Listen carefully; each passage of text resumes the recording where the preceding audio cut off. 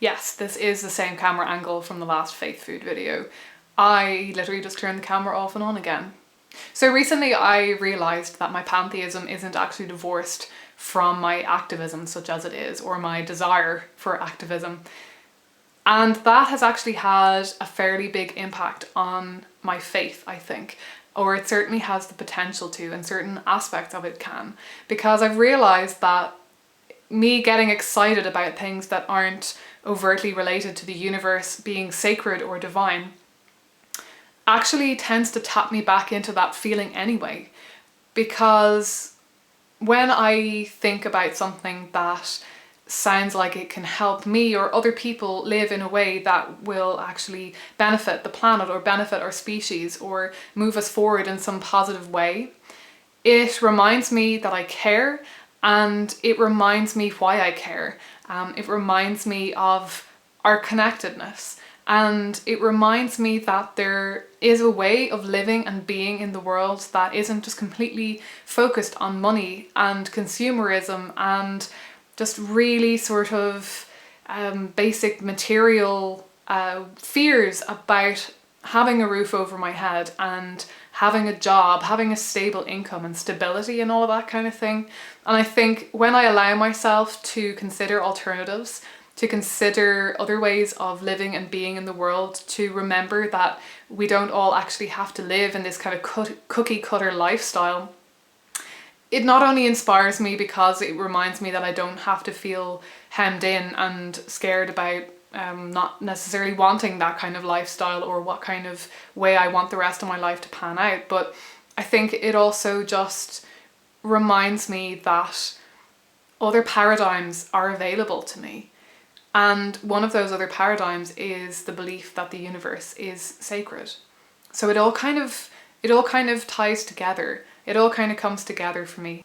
And having a little bit more freedom and a little bit more space to live in a way that isn't so tied in with this cookie cutter consumerist existence that we have, it also gives me faith that I will be able to have more faith in future, if you see what I mean. It opens you up to thinking about things more, to being more in the world, and just not having to constantly be in that rat race, being on that hamster wheel. If you've got a little bit more space and room in your life to breathe, to just be in the moment, to meditate, to do the things that you actually really engage with and that actually make you feel alive, then that really is connecting you back into that sort of momentary, second by second existence. And that's a feeling for me that is really, really tied to my faith, to my pantheism. Because it's when I get divorced from that I start to question it all.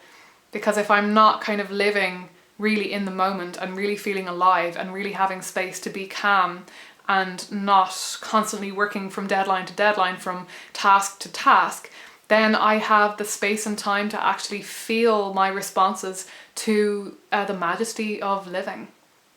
So one example of something that inspired me recently was a documentary that I watched on Netflix called Minimalism. I don't remember who produced or directed it, but I will link it down below.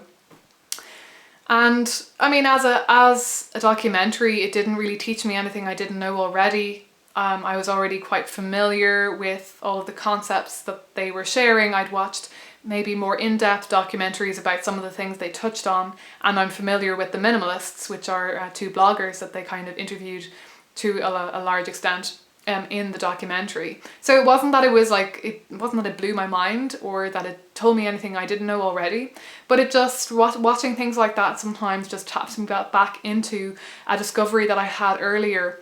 And like I say, kind of an alternative way of being and living and thinking about our place in the world. And that really inspired me this week. That really reminded me that no, I don't have to live this cookie cutter existence. I can choose other ways of living the rest of my life. I can choose other ways of thinking about my career, about money, about material objects.